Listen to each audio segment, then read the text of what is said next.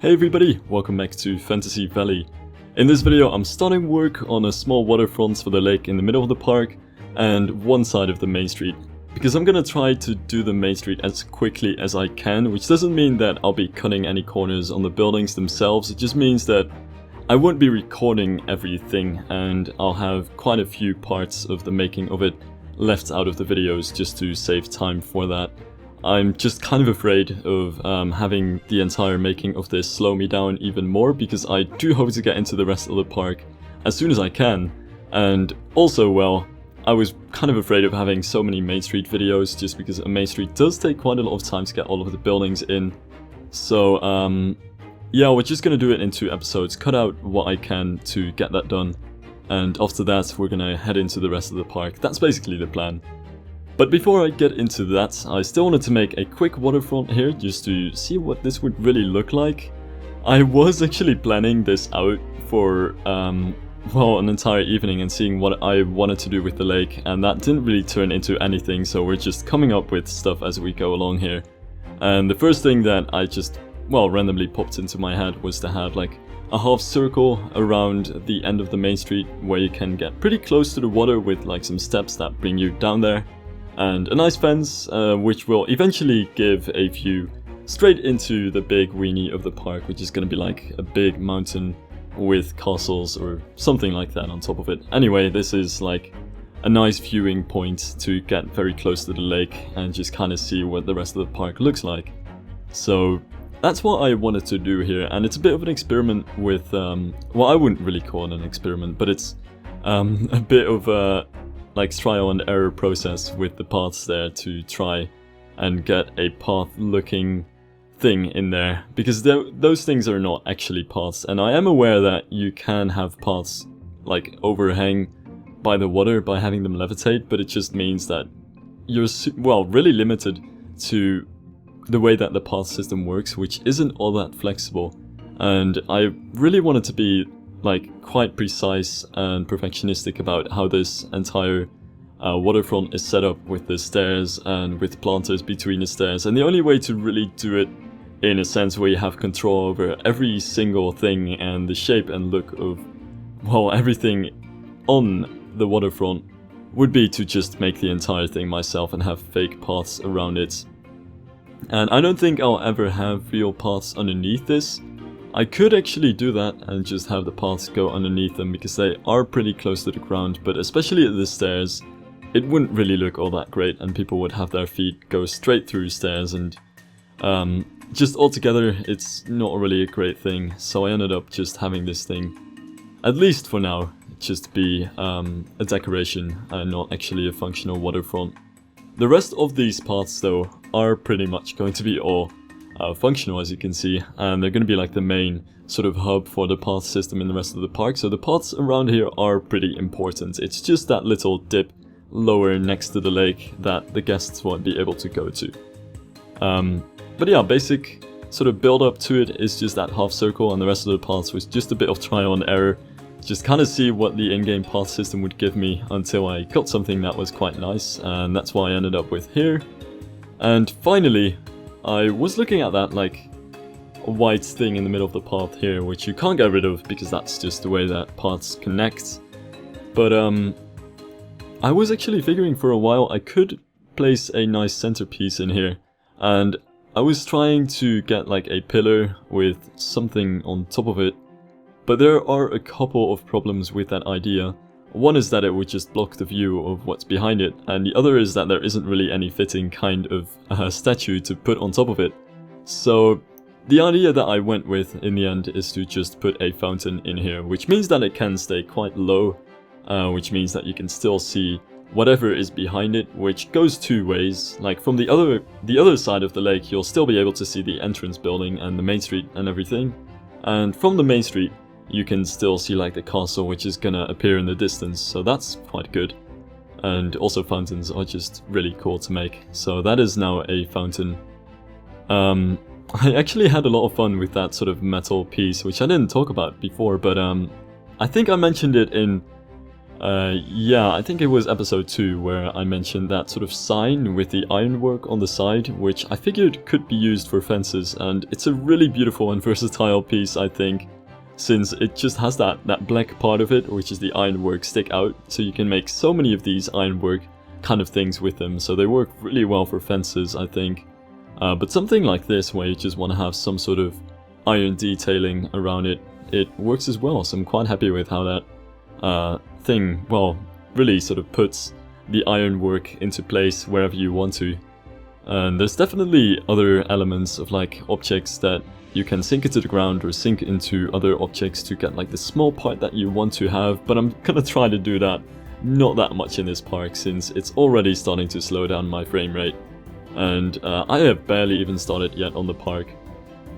But yeah, one of those other ways in which I kind of wanted to mix some pieces together to make new stuff was for the lights on the waterfront here, and I totally stole the idea to use the chimneys as pillars for the fence here from Cucamonda, which I think he was using the same chimneys. I can't remember which chimneys he was using, but he was using some chimneys alongside a waterfront with some torches on top of it, and I thought that looked amazing, just like pretty much everything else he does, so we're gonna go with that idea. And now that I've mentioned him, I should really just give him a proper shout out. If you haven't yet and you're into like Planet Coaster design, park stuff, you should really check out Cucamonda's channel. He does some amazing stuff with this game.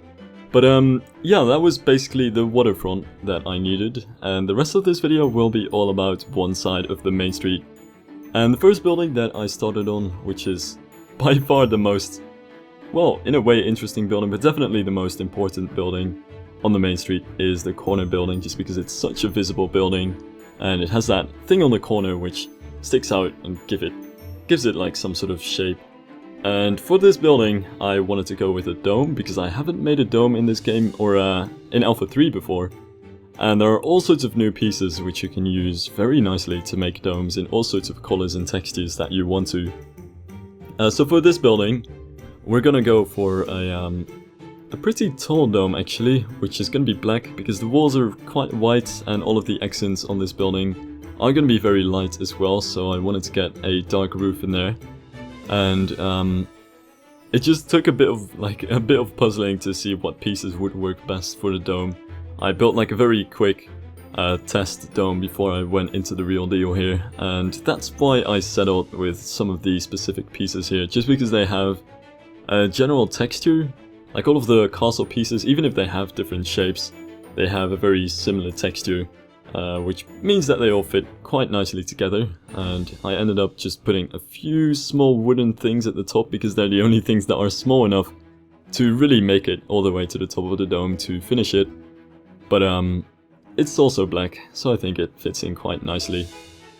And just finishing off one more side here, because it is a dome within one building, I had to make sure that it would be doable within the grid. Like usually I would like to make just one side of the dome, even if it is an 8-sided dome, and just copy that over, but since this is all part of the same building, which makes it a bit easier because it's a bit more controllable and it's always centered, but on the other hand it also does make it a bit less easy since I had to make 2 sides. But yeah, just copying that around should finish the dome, which is the one thing which I like about doing domes or custom towers, in a sense, is that they're quite easy to make if you just make one side of it and copy that to the other sides. So yeah, the dome was actually the least work of this entire thing. Most of the work went into a lot of experimenting and seeing what the different pieces would look like on each other to make those more classical looking windows and doors in this case. So that took a bit of looking at all the pieces and seeing how it would look. And the same that goes for windows, or that goes for domes and towers, obviously also goes for the windows and all of the details that you put on top of it. Just make one side and copy that around and you'll be able to save a lot of time. And hell, I even went for like the white top part that I have on top of the dome, just to kind of transition into that golden peak that I have on the very top of the dome. Adding some parrots slightly sunken into the roof here to have that white transition, which also took a bit of like very specific placement until I had it in a place where I really liked it. But this is basically what I ended up with. It almost kind of looks like a volcano in a way, without the golden part on top of it. But that's just a bit of, I suppose, Art Nouveau-ish, kind of weird white stuff all over the dome. Don't take that too out of context, please. But yeah, copying over the second part, which sometimes I think it's also easier to just select almost the entire building and take out the parts which you don't need, instead of very selectively selecting the parts which you do need, because in most cases it's easier to get rid of the pieces that you don't need after you've copied it. So that's one thing which I always like to do to save a bit of time. Now onto the rest of the building, just the windows and the doors on the bottom floors. These are going to be quite simple and quite similar as well, and there's a very simple color scheme to this building as well, which is one that I might actually revisit at some point in the future, because it is a bit more simple and straightforward than the other color schemes on the buildings. It's just white walls, which more or less always works with this kind of thing. The accents are just kind of beige-ish, to at least have a slightly different color from the white walls to stick out a little bit, but it's definitely not too contrasting. The roof is obviously black, and then the rest of the windows are kind of wooden, so they have that just standard brown-ish wooden color to it. The one thing that I'm not too sure about in this building, in hindsight, is that it is quite colorless compared to many of the other buildings in the park. So that's one reason why I might get back to this and see if I can add some more color to it. This is, well, really the final shape of the building and the way that it's gonna look eventually when it's finished. At least in terms of how all the details are made and how they're laid out. And one other quirk that I wanted to do with this building is that it is quite a Mainstreet USA looking building, I figured.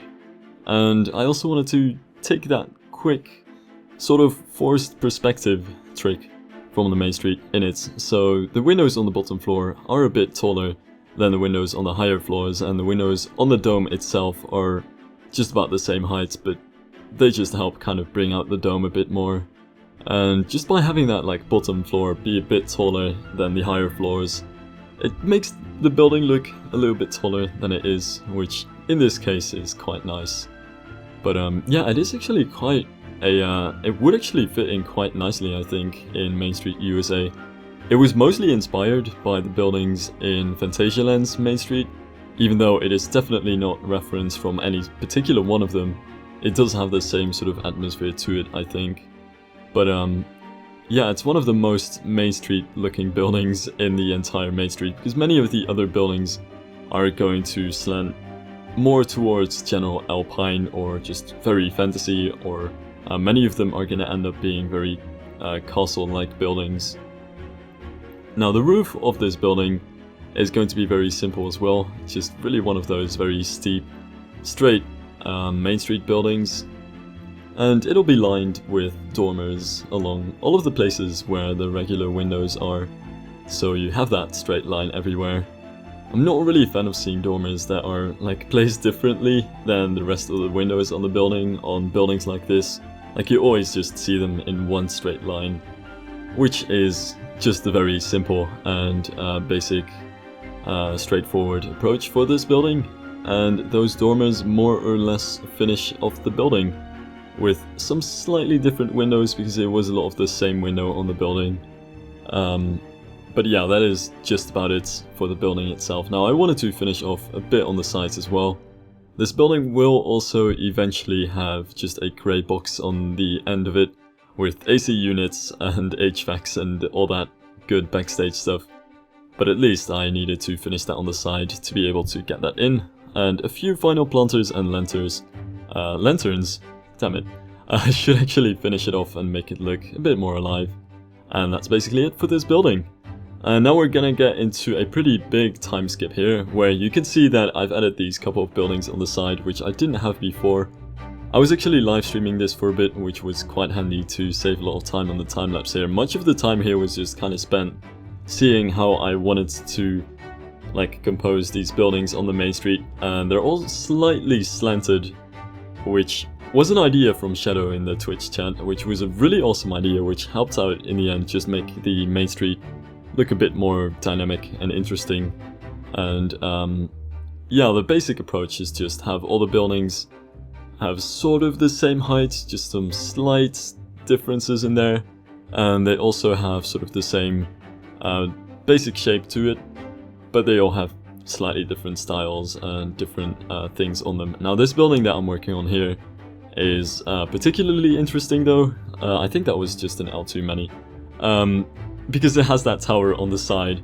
And the reason why I wanted to get that is that you have this very small sort of mini plaza as you come out of the tower, because I needed that sort of mini plaza because I didn't want the entire main street to be like the same width as it has at the end of it.